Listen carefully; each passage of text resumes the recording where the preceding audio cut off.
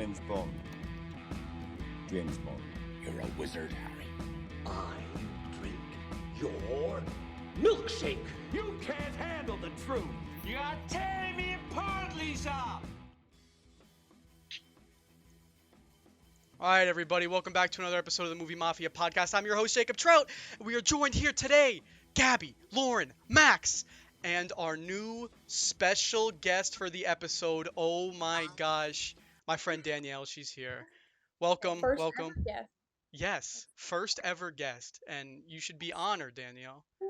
I am. I'm so honored and appreciative. I can't wait to get into this today. Absolutely. Me neither. Me neither. So, with that being said, let's jump right into a couple things. So, we had the Golden Globes. I believe that was yesterday, last night, right, Max? So we should definitely get into some of those a little bit. So, Max, why don't you go ahead and take it away? Golden Globes, all announced and everything. So, what were your first reactions? You said you were watching it live. Yeah, so the Globes have had a lot of controversy this past week with reports coming out that they had no African American members of a very small group. So they threw a lot of shade, and that was the big topic of the show, was that there was no African American voters. So that's why, One Night in Miami, Ma Rainey, all these types of films were not nominated anywhere for Best Picture, which was a huge misfire for the HFPA. But I thought the show was good. It was handled very well virtually, and I was happy and I was pissed. It was it's an award show. That's what I'll say. Nomadland, as we talked about pre-show here, won Best Motion Picture Drama, which I saw a couple weeks ago. I'm pretty happy about that. I think it's the best film that was nominated, so that was exciting. And then Borat 2 won Best Comedy, which was hilarious that a Borat sequel could win awards. But Sacha Baron Cohen won for Best Actor, and the movie won over Hamilton, which I thought was a big upset of the night. But the biggest upset of the night was Andra Day winning Best Actress in a drama for the United States versus Billie Holiday, which no one thought she was going to win. Like, I didn't even think she had a percentage chance to win. Like, there were 4 clear favorites in that category, and she won. And I just watched that movie on Friday and did not like it, even though she was definitely great in it. It wasn't a great movie at all. So I was. Yeah, I know your review for that movie is going to be coming later this episode.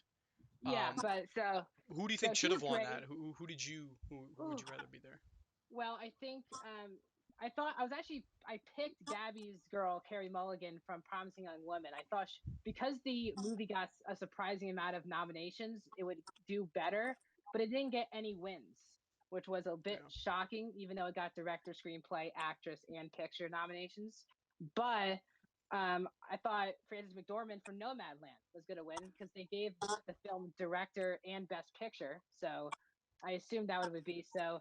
A bit of a shocker, but I do want to bring up the saddest part of the night, but also the best part of the night, which was Chadwick Boseman winning Best Actor for Ma Rainey and his wife having to give the speech, which was, I was a mess after that speech. It was really emotional. That was so hard to watch. I agree.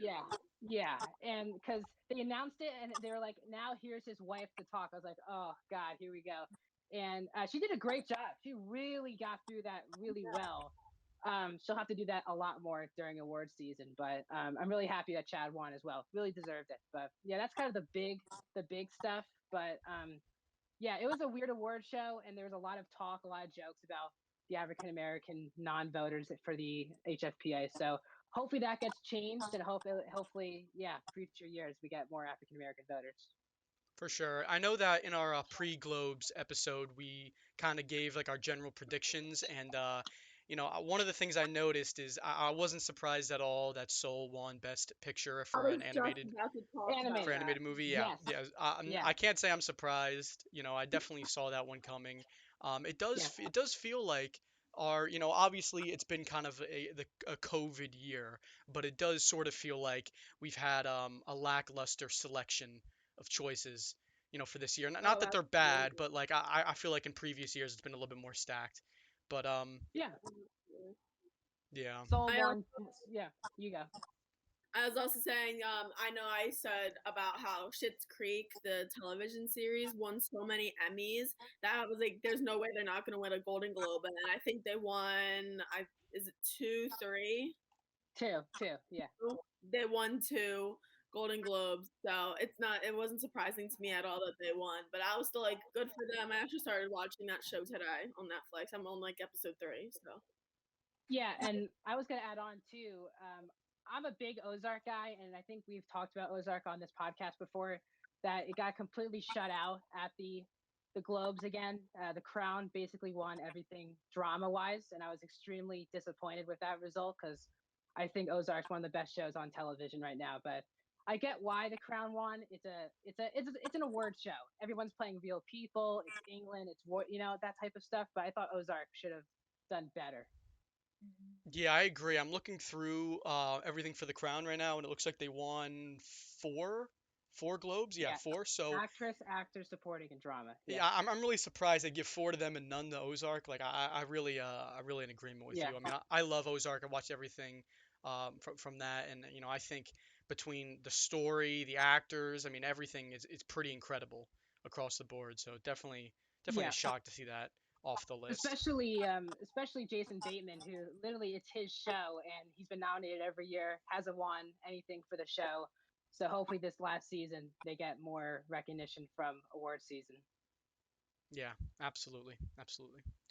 Well, all right. So those are our Golden Globes, and definitely, it feels like a down year, but still very competitive, still very good, and oh, I'm totally in agreement with you, Chadwick Boseman. I'm so glad that he won that above Yeah, everything. I feel like that's the major takeaway for me from this, from this year's Globes. But all right. So we do have a bunch of other news I wanted to touch on. So of course, this would not be an episode of the movie Mafia if we didn't talk about superheroes, guys. Ladies and gentlemen, here we go. Okay, so we had some Spider-Man drama, some Spider-Man news.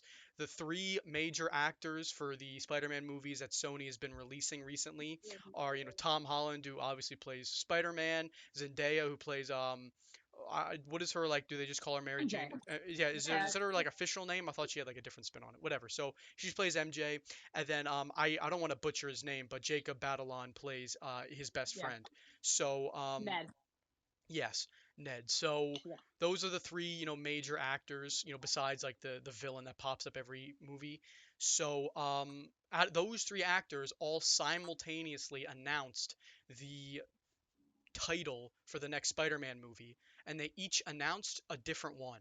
So one of them said Spider-Man Home Slice, another one said Home Wrecker, and another one said Phone Home. And when they announced all three of those, it turns out none of those are the title, and the real title is No Way Home. So that's the confirmed 100% yeah, Spider-Man No Way Home. Keeping in tradition with the first Spider-Man was Homecoming, the second one was Far From Home, and now we have No Way Home. Honestly, it's a little bit childish. It feels a little bit like, okay, a real title would be great, but it's homey, I suppose, but which is kind of ironic. But It's I funny mean it because makes sense though. yeah, Yeah, it's funny because WandaVision, I feel like, has turned us all into detectives. Like the three of them posted those like home things on the Instagram. So now everybody's like, what does it mean? Like, let's go. Everyone right now, figure out a title. Like I swear, WandaVision has like ruined us like forever. oh my gosh. Yeah, I completely agree with that.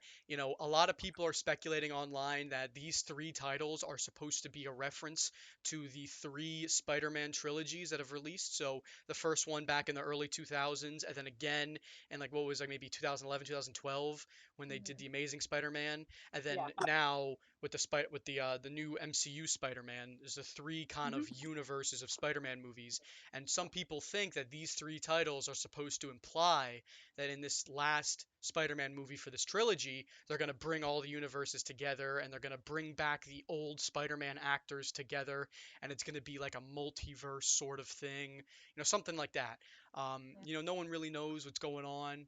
And it's all definitely kind of hush hush behind closed doors, but You know, a lot of Yeah. people are speculating that that's their plan, and this is their little hint at it. But yeah, I was gonna say it makes sense though, the title, because the post credit scene of Far From Home, Peter Parker is revealed to be Spider-Man at the post credit scene, so he really does have nowhere to go now, because everyone knows who he is. So that the title made perfect sense to me.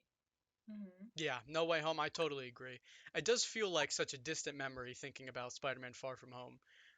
You know, Yeah. the last time I saw that movie, I mean, it just feels like I've seen so many other MCU movies before since then.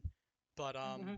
yeah. So that was our Spider-Man news, and you know, with drama in the MCU comes drama in the DCEU. So Nice. yes, thank you for that transition. Yeah. But yes, so Wait, go ahead.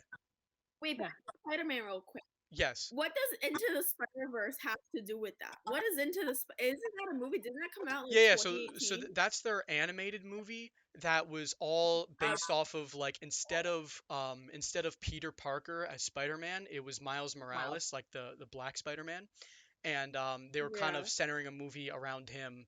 And while Peter Parker was in it, he was kind of um, more like Mhm. in the background, and he Yeah, and became also like a supporting character. and also that was just Sony, not the MCU, not Disney. That was just Sony itself. So Yeah. Kevin Feige, they had nothing to do with that movie. Yeah. Yeah. The Okay. concept of Good. the I'm okay. Spider-Verse, like that in the comics and everything like that was something that was relevant in the original Spider-Man series and the comics and stuff. So that's why a lot of people are speculating for this latest Spider-Man film to include elements of the Spider-Verse, which we've already seen with that animated Sony movie. And Tom Holland actually posted on Instagram. He said like today was one of the best days of my career. And yeah, Ooh. so ominous. And Ooh. so people are speculating that he got to work with Tobey Maguire and Andrew Garfield, who were the other Spider-Man. So I wouldn't be surprised if we saw that coming up. And yeah, that trailer is gonna break the internet. I'm looking forward to it. Yeah. And I was gonna add too that the trailer, the teaser or whatever saying the title did stick to Christmas for this year, for the release. Oh yeah.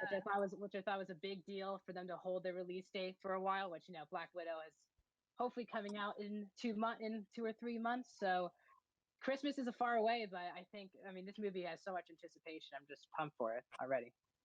For sure. You know, you mentioning Black Widow like that totally makes me. I totally forgot that Black Widow was a movie that was supposed to come out. You know, Yeah. it feels like I already watched that movie and I just forget about it. Yeah, I forgot Hmm. about it already. Like, man, when they ever decide to release that movie, I just know it's not going to do as well as they were hoping, which is unfortunate. We'll see. Yeah. Yeah, but yeah. So my transition was ruined earlier. Thank you, Gabby. No, but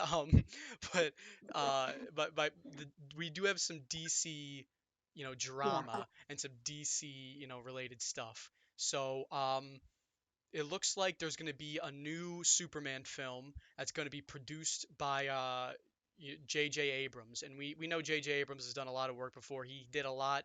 I think he directed all of the Star Trek movies that came out in the past couple of years with Chris Pine, and then he also did the Star Wars movie, just the first one, Force Awakens, back in what 2015.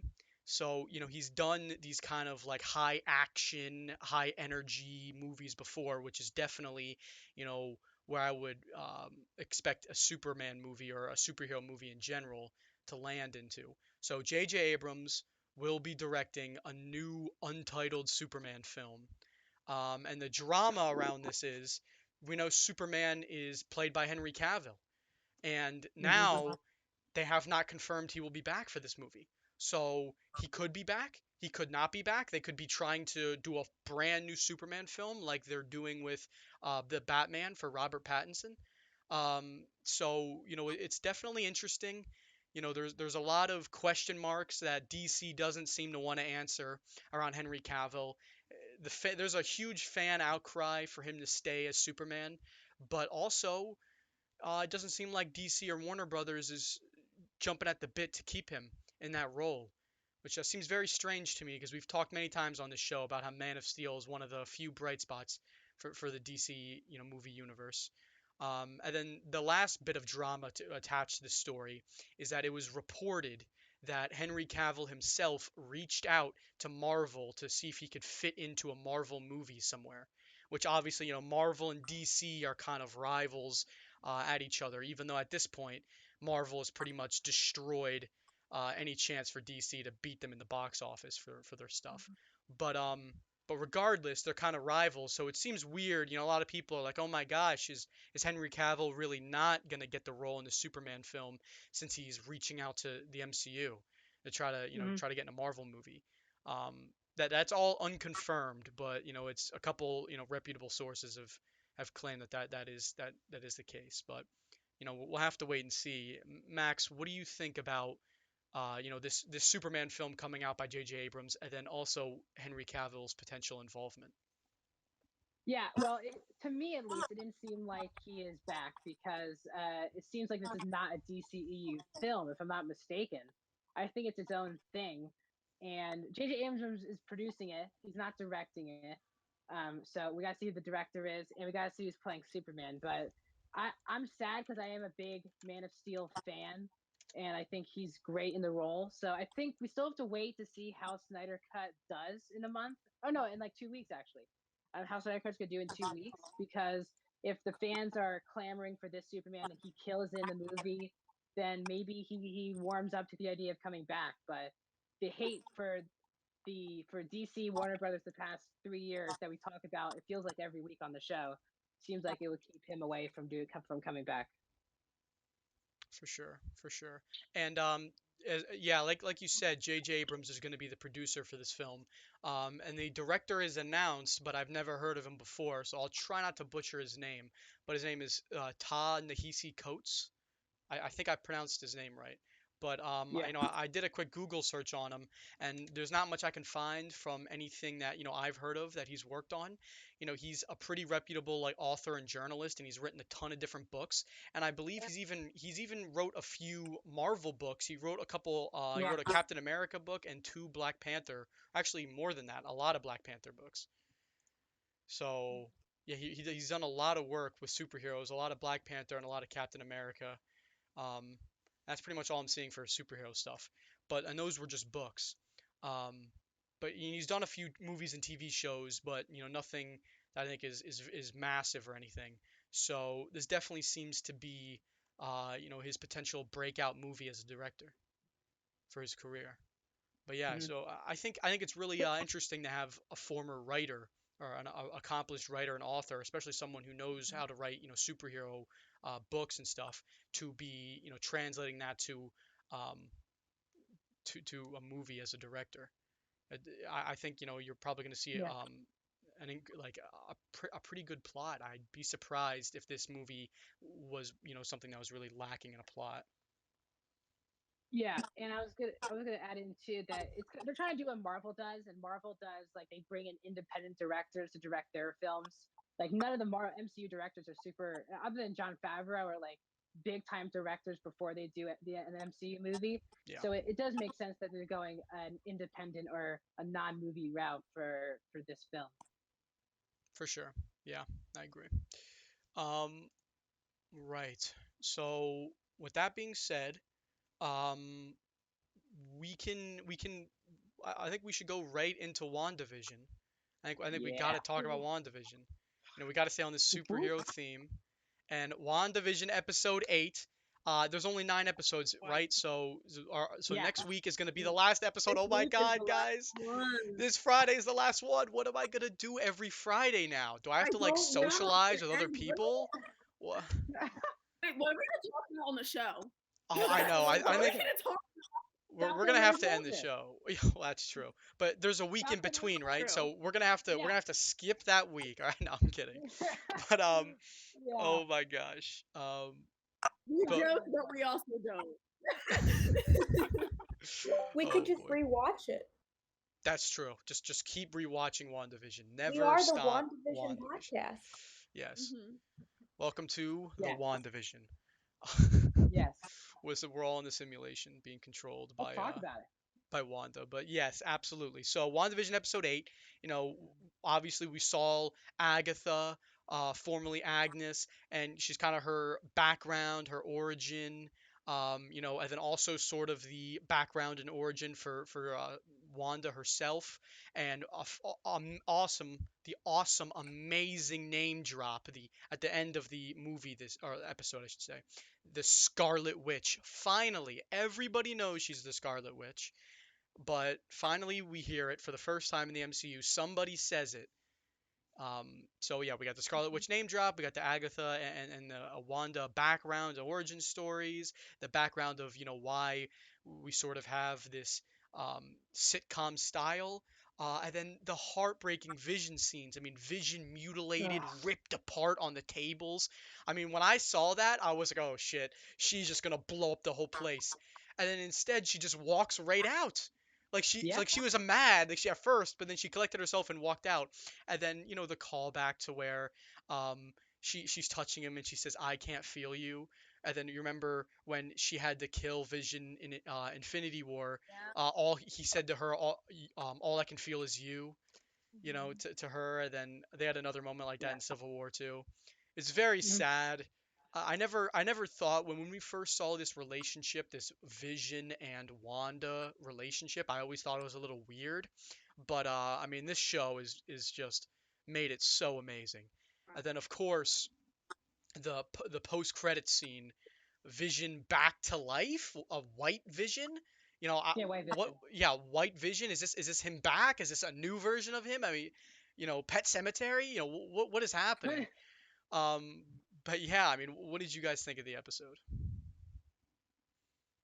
Well, I the first things first is I definitely noticed the sitcom thing. I put the two and two together of why Wanda is so like why the episode like why the season started off with like sitcoms and going through the decades, and we said that was going to be a theme, and now we see that she grew up, and when she was going through like her toughest of times she would watch a sitcom, and then when she became the Scarlet Witch after touching like, when she came in contact with the Infinity Stone, then she would sit there and watch sitcoms, and she grew up with sitcoms, and that has such a deep meaning to her.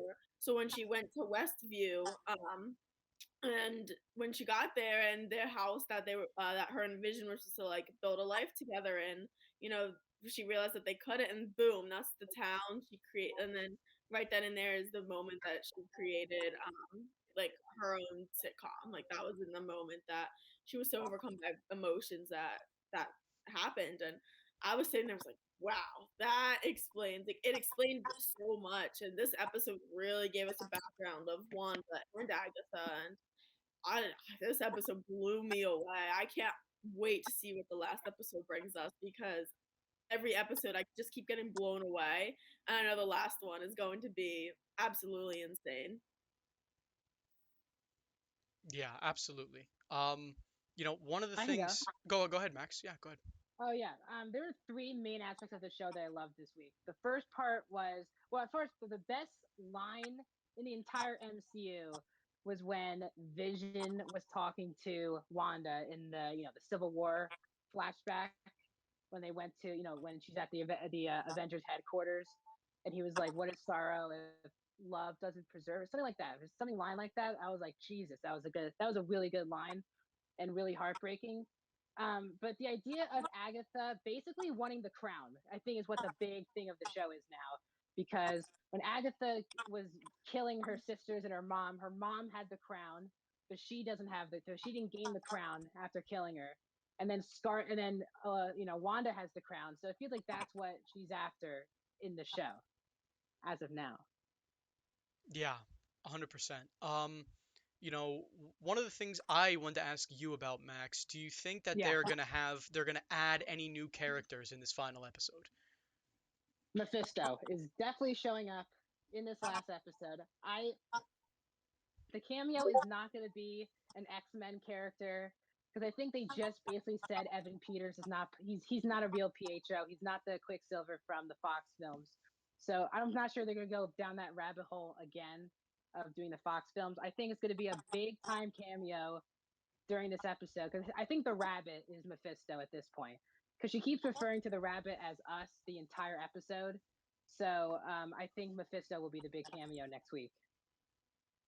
Wow. Yeah, I think you could be right there, but having another villain and another like backstory or whatever or motivation is going to be a little tiresome if they find that to be if they have to add all that in to this episode. But I guess we'll have to wait and see how they truly turn it out.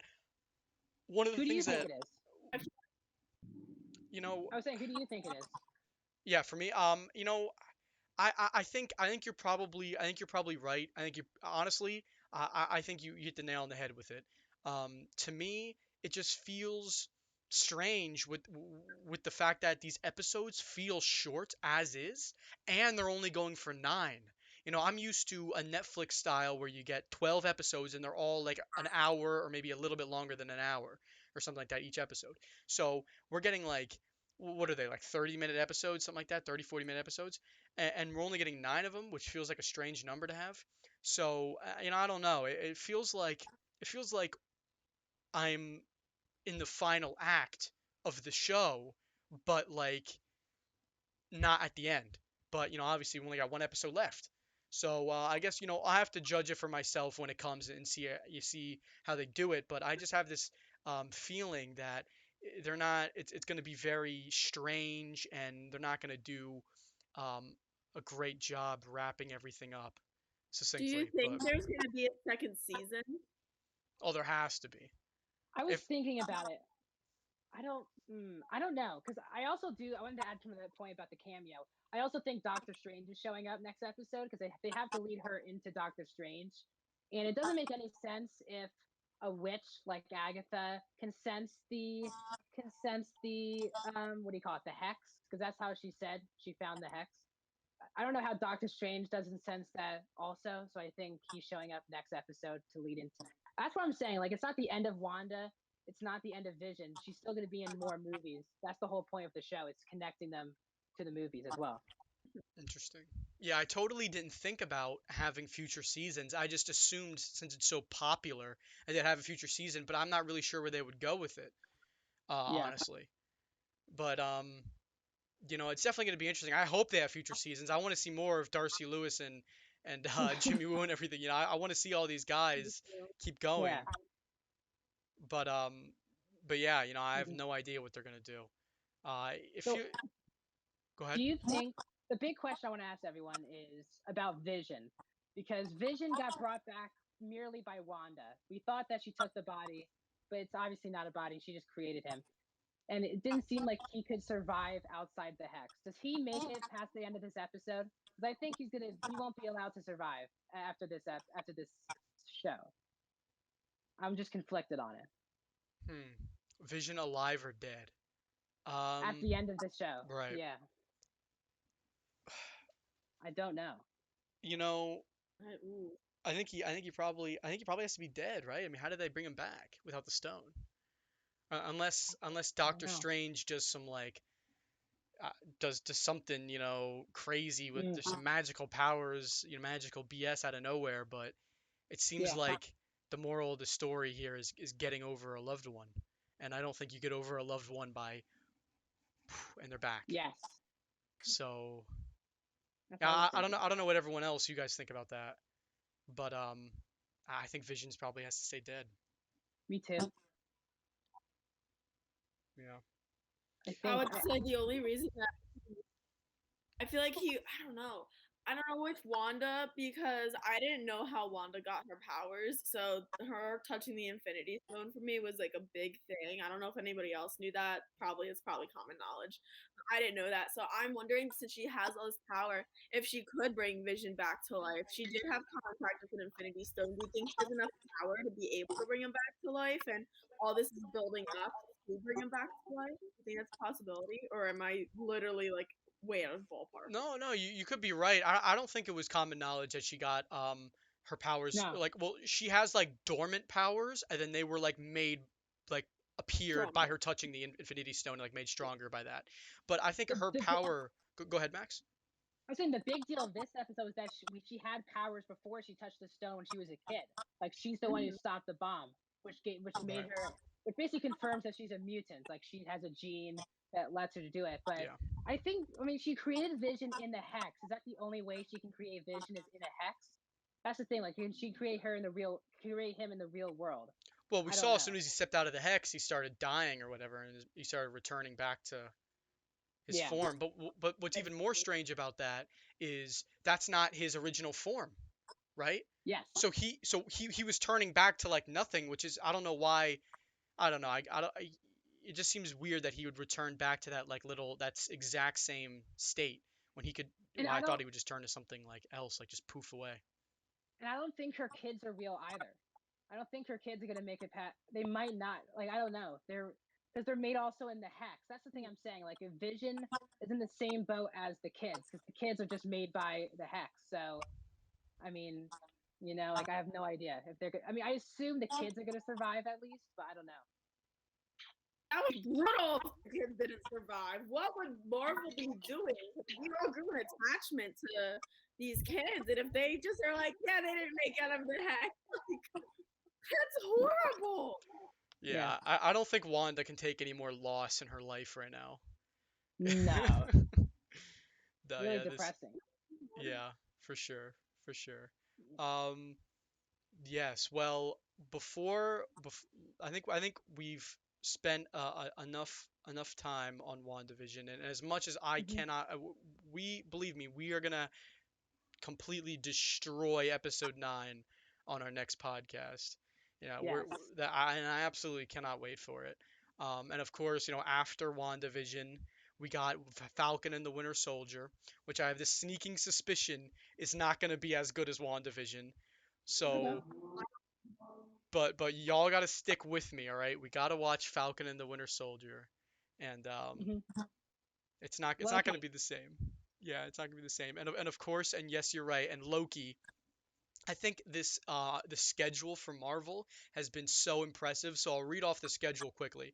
But so we've had WandaVision from January to now March, and then we're gonna get Falcon and the Winter Soldier from March until April, and then the Black Widow movie is supposed to be the next month after that in May, and then the month after that is gonna be Loki, the TV show, starting in June.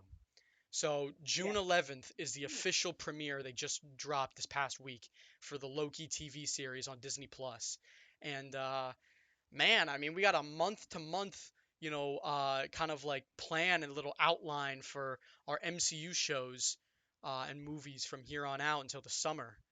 Yeah, it feels like the summer is so far away, but yeah, I mean, definitely something to look forward to, I guess, and definitely always gonna have something to talk about on this podcast. Yeah, and I was also going to bring up Disney. No, you go. Go ahead, Max. Okay, I was saying also just Disney Plus in general. I know that there's another Pixar movie coming out, and then another Disney like princess movie coming out as well, like in between Luca and Raya and the Last Dragon. So in between all of the Marvel stuff that's being on Disney Plus, we have these two movies as well. Like we're not like Disney Plus is gonna have so many more like subscribers, like because there's so much happening this year. Like Disney Plus is going hard. Yeah, and I was gonna bring up, the Monsters Inc. show also comes out in July, I think too. So yeah, there's a lot. And I was gonna bring up too, talking about Nomadland earlier. Chloe Zhao is directing The Eternals, which is coming out in November. So, and then Spider-Man's on Christmas. So like this, Well, you're gonna have to. Well, everyone said that about Guardians, and look at how big of a franchise Guardians is. So True. I think we have to stop doubting Marvel in space because they really nailed at least the first Guardians movie. Captain Marvel, not so much, but the Guardians movies I will give to you.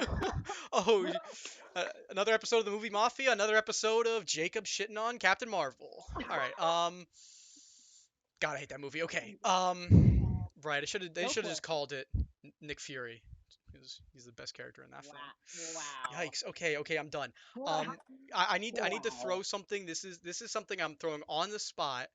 I didn't put this in our little, Google Doc together, but Gabby, we've gotten some more news. I can't believe these are words coming out of my mouth on my own podcast. We got HBO Max released a trailer for their whole everything that's coming on their show, their streaming service. So they of course released all their superhero stuff and their Godzilla and Kong stuff, and they showed finally a little sneak peek of the new Gossip Girl show that they're making. And I gotta watch. I gotta tell you that I watched it, and part of me thought, I am the biggest loser in the world. Why do I watch this show? I think I'm the only man who's ever existed who watches this show. But then also I was like, Gossip Girl's coming back. Ah! I couldn't hate myself anymore. But Gab, you have to So watch this. my favorite TV show is Gossip Girl. I was literally just talking about this with my friend last night. She was like, I can't believe your favorite show is Gossip Girl. Like, you've never talked to me about it. I was like, it's like one of those things that, like, I don't know, if you asked me about it, I could talk to you about it for hours, but I just don't bring it up in conversation. So when, oh my God, I can't believe they're like, oh, I'm so excited. I am so excited that Gossip Girl, like, oh, Blake Lively has a special place in my heart. Everybody knows this. Like, the fact that they're doing, oh my God, like, Gossip, no words. I'm so excited. Oh my I'm so gosh. excited. Okay, I have to send this to you quick, and I need to get your first reaction. Hang on, Okay, let I'm me gonna find watch it this. right now. Yeah, here. I'm so They're only in it for like one snippet, so you just can like I'll send you the link, and then you Okay. just go and pause it. Okay. Okay. I'm so excited to.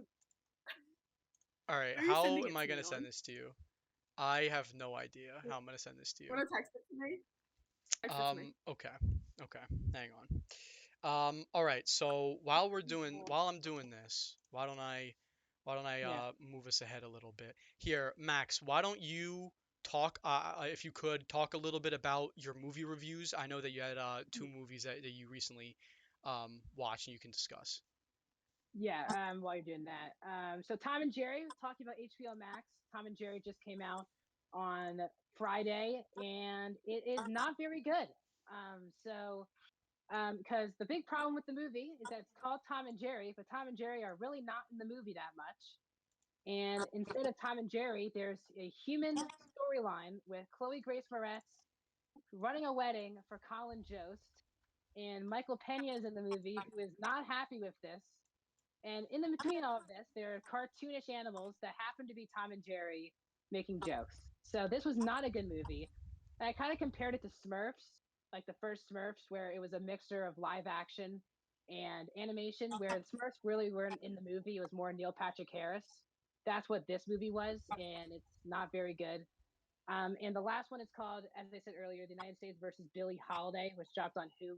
True story about Billie Holiday that I thought was not handled in the right way, even though Andra Day is giving a really good performance. It was just a highlight reel of her life, and I don't want to watch a movie for 2.5 hours about a highlight reel. I want to see more deep, more personal storytelling, and it just went singing to drugs, singing drugs. It was kind of getting old, and I just wish the movie took a deeper approach. So not a good week. We've had a good month, but it's just what it is. Just one of those kind of weeks. So that's my reviews. Awesome. Okay. Awesome. I just got this text. Yeah. Okay, so it's only in it for like two quick scenes, so you'll miss it if you go too fast. But Okay, got it. so I'm gonna pull it up here. Let me pull this up. I hate that I like this show.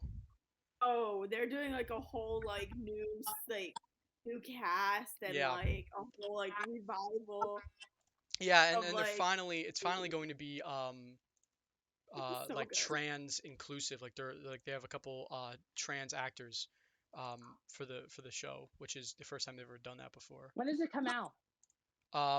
Let me move this very quickly. Okay, there we go. Okay, now I have it on stream here, so everyone can see it. But right, when does the show come out, dude? I forget. Let me They Google have this so real much. quick. They have so much stuff coming out. It's insane. HBO I Max know has that they're this. filming right now, so I don't know if Oh, they have okay. a concrete release date yet. Like like next month is Snyder Cut and Godzilla versus Kong. Like that's like the biggest month for them.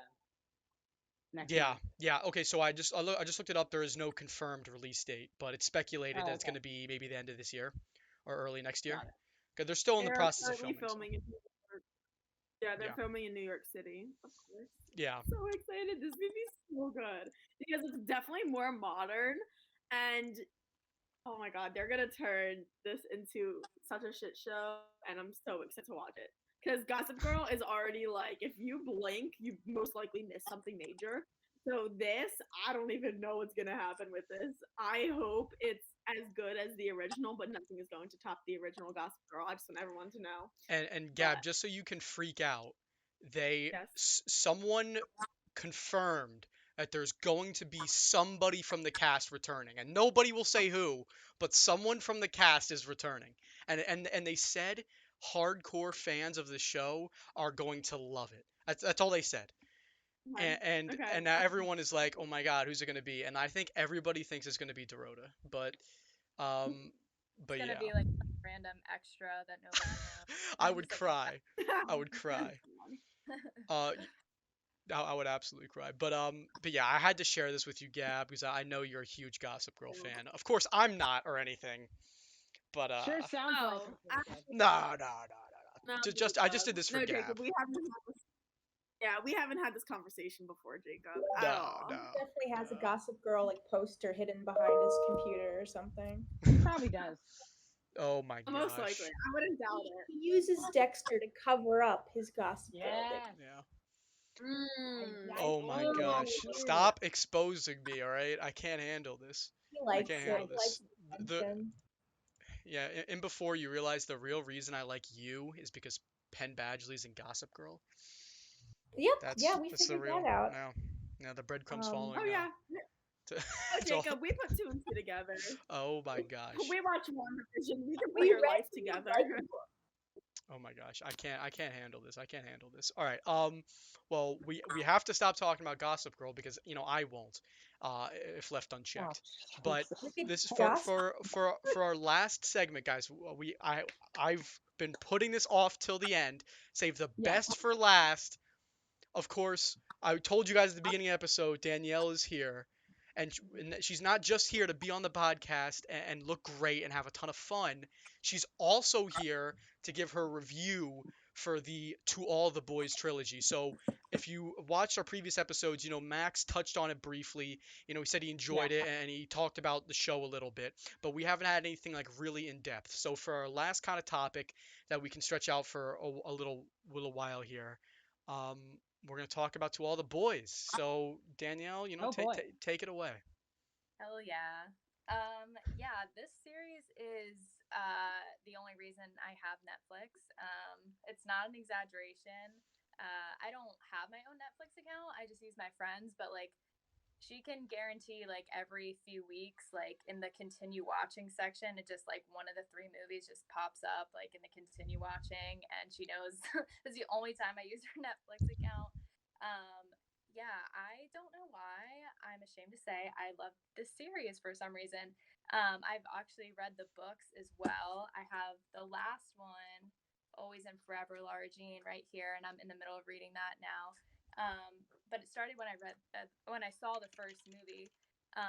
So if you guys watch it too, you know that Laura Jean Covey is just an average normal girl, like most rom-coms, but she writes these love letters to five different guys. Only three of them are really important. Forget about the other ones. And so her little sister Kitty ends up sending out these love letters that she wrote years and years ago. And so one of them goes to Josh Sanderson, who's her neighbor, who also happens to date her older sister. And then the other one goes to Peter Kavinsky, who's just like popular guy in school. She knows him from back in the day, used to be really close. So basically, Peter approaches Laura Jean about this love letter he gets. She tries to explain whatever, but they end up making this kind of pact together to pretend that they're dating in order to make the people who they really like jealous, which for Peter that's his ex-girlfriend Jen, and for Laura Jean that's Josh Sanderson, her neighbor. So through this fake dating, they actually lo and behold, fall in love, and it's really cute. So yeah, this movie is complete with a steamy hot tub scene as well. Who could forget? Um, so yeah, the first movie, I think, like, I just remember the whole world like exploding about this movie. I don't know if you guys remember that, but it was just like the next day after it was released, like all social media was just literally Peter Kavinsky everywhere. Everyone was obsessed with Noah Centineo. I think he went from like 300,000 Instagram followers to like 10 million like overnight. It was crazy. So yeah, like I think he's like kind of considered cringy now. Yeah, the kind of fell out of love with him a little bit, but that was a time, yeah. So the first movie I think definitely had a really big impact, and I think that's definitely the best one in the series. I don't know what you guys think, but yeah, that one can definitely stand alone. That is the gold standard of Netflix films right there, in my opinion. Yeah, I pulled up all three of the films here, just for anyone, watching to be able to see. So the highest reviews, not that anyone should take everything Rotten Tomatoes says as gospel, but the highest Rotten Tomatoes rating by far is on the first one. And then the second one has the lowest, and the third one is above average, like respectable. Got it. Right. Yeah. That makes sense. Yeah, it kind of, yeah, the other movies kind of fell off. I think the series as a whole kind of lost momentum, because the second one, a lot of people say that was the worst one. In the second one, they kind of, there's like a love triangle aspect, of course. Every good rom-com series has one. So this character, John Ambrose McLaren, is introduced, and he's another love interest for Laura Jean, who's played by Jordan Fisher. I don't know if you guys are familiar with Jordan Fisher. Yeah, he's extremely talented, very wholesome, very good competition for Peter Kay. Also, the fact that Peter is kind of an asshole in the second movie. Yeah, like, first of all, he's going behind LJ's back to like comfort Jen, and like he's still holding on to that connection with his ex-girlfriend, but he's like denying it basically. Manipulative. Don't do it, guys. And then he like invites Jen to like the treehouse reunion thing and different stuff like that. So he's kind of just in this tough position, but it's not fair to Lara Jean. And then it's revealed, the kind of big climax is that it reveals that in the steamy hot tub scene I was talking about before, he was actually waiting for Jen, not Lara Jean, in the hot tub. Oh my gosh. And it turns out that he knew all along that Jen was the one who recorded that and sent it out to the entire school, making Lara Jean publicly humiliated, blah, blah, blah. So Peter's kind of an asshole in the second one, but I guess he makes up for it because he apologizes in the end. They get back together. And that leads us into the third movie, which just came out recently. I think like right around Valentine's Day. And so they're just planning on going to college, They're doing their thing, and they're both trying to go to Stanford together, but Lara Jean doesn't get in. And then she's trying to figure out where she wants to go, but she really wants to be close to Peter, which my mom always told me not to do that. She was like, never follow other people when it comes to college because you don't know how life is going to turn out, and you have to do what's best for you. So Lara Jean follows my mom's advice, and she goes to NYU, which makes Peter upset, and they eventually kind of break up because of that distance. But of course, in the end, they get back together. He writes her this lovely note in her yearbook where he's like, I want to make this work. I love you always and forever, Lara Jean, and we're going to make this work. And that's how the series kind of ends, with them going to their separate colleges, and we don't know kind of what happens or how it works out. But we're left to assume that it does. But what do you guys think about that? Do you think are they actually built to last 4 years at separate colleges across the country? I don't know. Yeah, I don't know. I've always been. You go. No, you go. Okay. I've always been told that you have the three loves of your life. The first one kind of is like that sets you up, but they're not made to last. The second one is the second love is the one that has made you who you are, the one that you know is going to kind of like that's what you want in a relationship. That's what the second love is for. And then your third love is your soulmate. So I don't know. I feel like yes, she said she had multiple loves, and John Ambrose I think was kind of that second love that we had in there. But Peter is definitely maybe the first or even the second love. John Ambrose is either one or two, and Peter's either like one or two. So I don't really know. I feel like she could do better. I like Peter and everything, but I kind of wanted her to end up with John Ambrose in that second episode because I got so in that second movie because Peter was pissing me off the whole time. So I kind of wanted her to be like, "Oh, sorry, Peter, I'm going with John now," because they would have made a really cute couple. But you know, of course, that's not how. It's the love story of Peter Kavinsky and Laura Jean Covey, so it made sense. But that was my kind of take. So Yeah, exactly. Yeah, what I was gonna say was, it's funny how we have just completely different opinions on the franchises. I liked it 3-2-1. Like that's my order of the movies. I'm not a huge fan of the first one. I thought it was just quite boring, really, the first movie, where it was whatever. I thought the third one, in my opinion, was clearly the best one because it was the most focused movie. There was no third wheel. It was just the two of them on screen together the whole movie, and which I thought was the right decision. And all the side characters actually had something to do. Like her dad had a huge subplot. Her sister had a much bigger things to do. Even her friend had something to do in the movie. So I actually like the third one the best.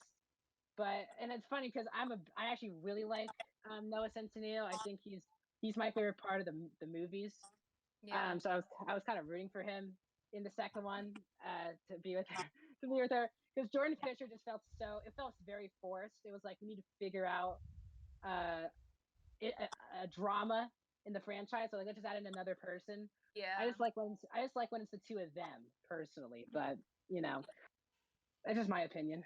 Yeah, and I think that's why what their goal was with the third one. I've heard the actors in the movie say multiple times that the third one was very much for the fans.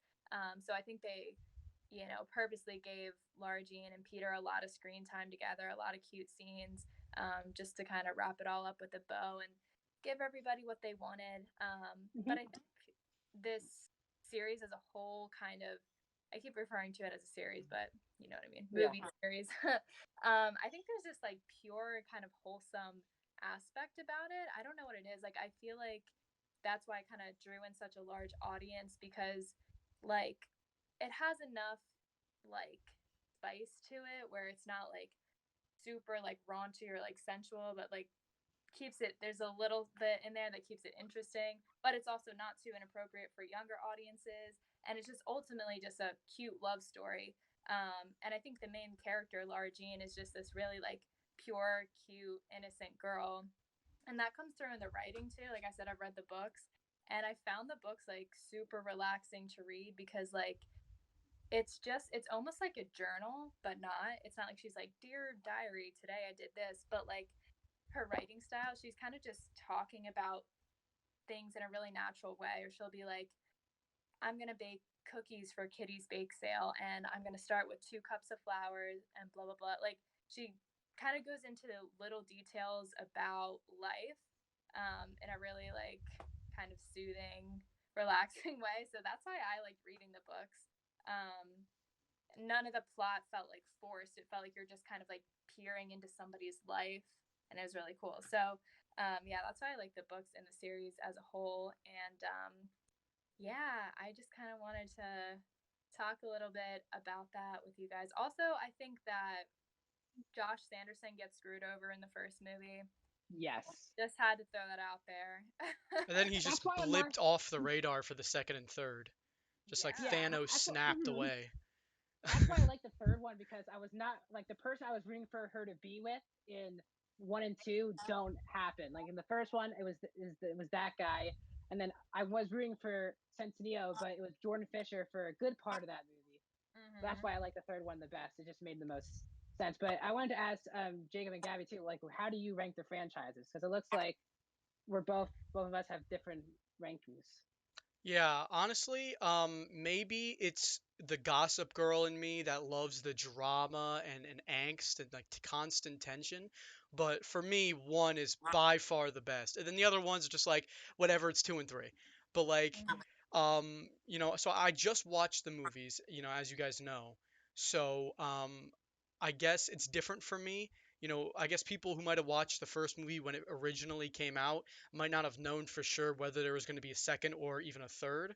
But me knowing that there's three movies, I had this feeling going into it like, okay, I don't think whoever she's going to end up with in the first episode or first movie, which we know is Peter, I really thought it was going to be like a different guy in each episode. Like it was going to be Peter in the first one, and then the second one it was going to be like someone from her past, and then the third one it was going to be like the person she really loves, Josh.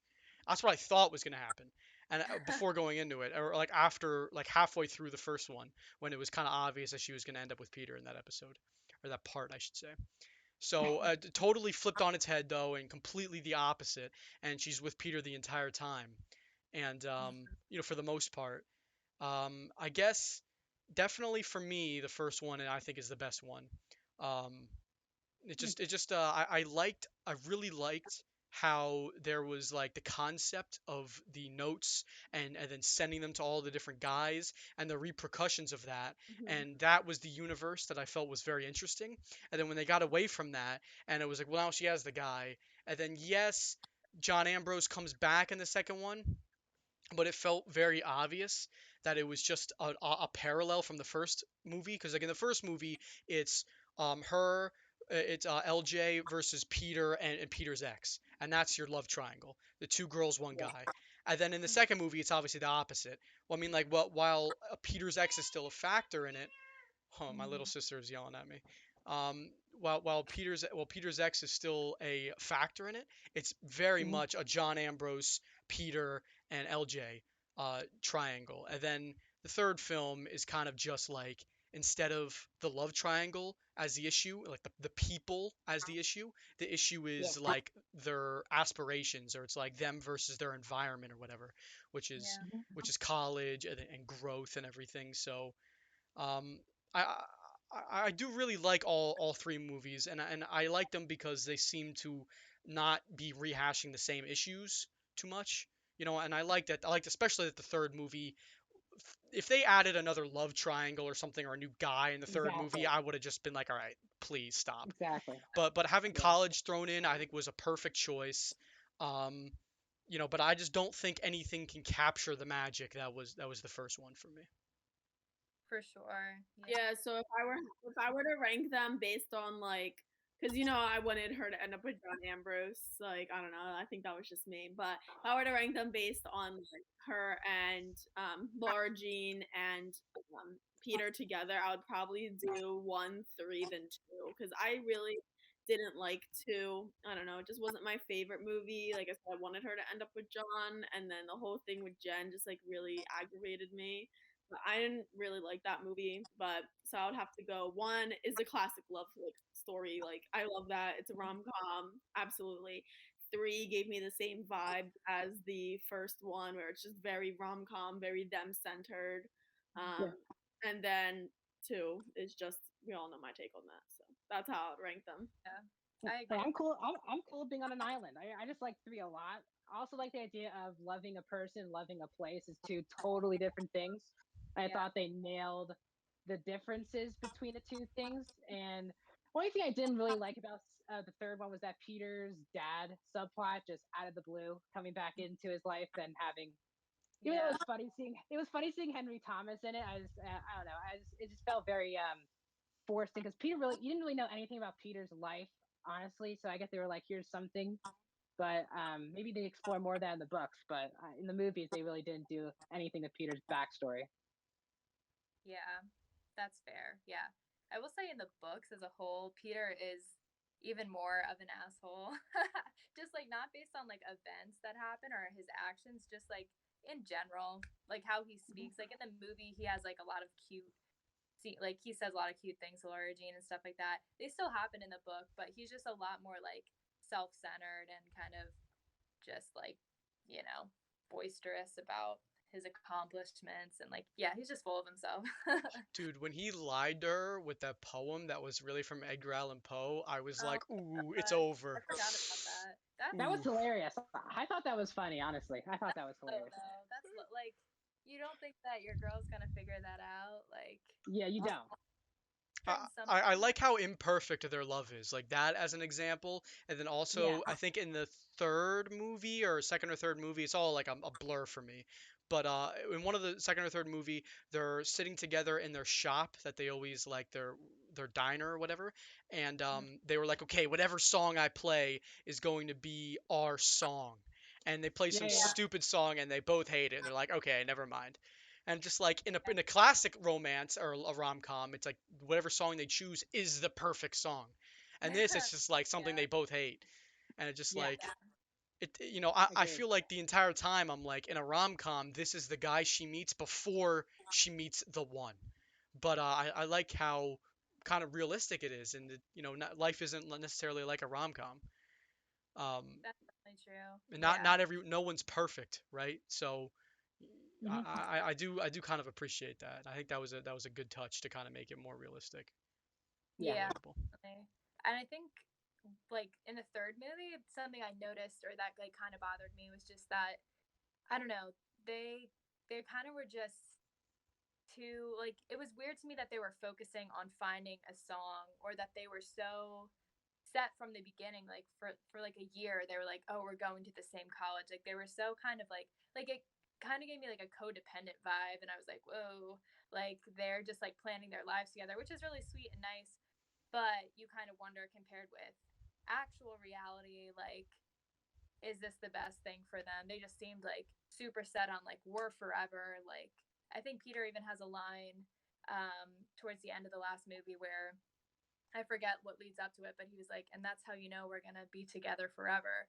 And like I don't know, with my high school boyfriend, I don't know if I would be wanting to say like something so bold, like, oh yeah, this is before we even go to college, like this is absolutely forever. So in that regard, I think their love is a little maybe naive because obviously they are going to encounter a bunch of challenges in college and things are going to happen and stuff. And I kind of wanted to also, the movie ends without us knowing how it turns out. A lot of people were saying that they wanted to see like just a cutaway scene or like maybe an end credit scene where one of them is visiting the other one in college or something like that, just to give us a hint like, oh, this actually worked out or whatever.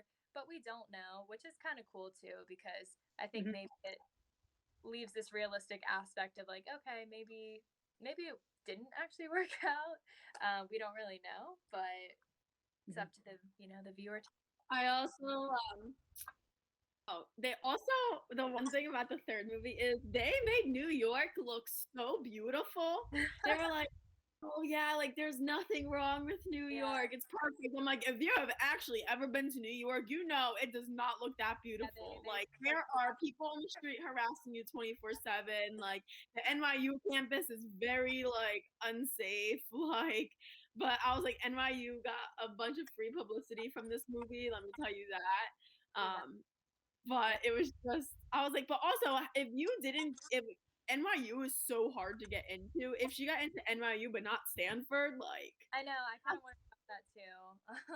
I was talking about that. I was watching it with my friend, and we were both sitting there like, how did she get into NYU but not Stanford? But go off, I guess. But I mean, the campus did look beautiful, and they made New York look so nice. But I was like, man, these unrealistic movie goals, like that does not happen in New York. Unrealistic standards of New York. Yeah, they forgot to film the rats in the street and the. Oh, I like the part when the subway just starts cracking and then people fall into a pit of rats. That part of New York. No, that actually happens in New York. Yeah, that is. Yeah. Go ahead. Yeah. Oh yeah, I was gonna add that I know there's only 3 books, but I don't want them to do more movies. I think that 3 is just enough with the franchise being a trilogy. I think that if you really push it to them doing a long distance relationship, it would be as bad as Kissing Booth 2 handled it, and they handled it terribly doing a long distance relationship in that movie. Kissing Booth 2 is terrible. So both of them are terrible. 2's a lot worse. That could be our Next topic. I'm gonna be annoyed. I really wasted my time in those two movies, and there's another one coming out in June, so I'm really pumped for that one. Oh yeah, and guess what? While we hate them, are we still gonna watch it? Absolutely. Yep. Absolutely. They're exes. I don't know if you guys knew that. Yes. Yeah, and I just it's so awkward to watch them. I know. It's really horrible to watch them knowing that they like actually they hate each other in real life, because you're like, oh, like what a cute like love, and then like behind the scenes they're like screaming at each other, like, oh, that's not good. I like him. I do like him a lot in Euphoria. He's one of my favorite parts of Euphoria.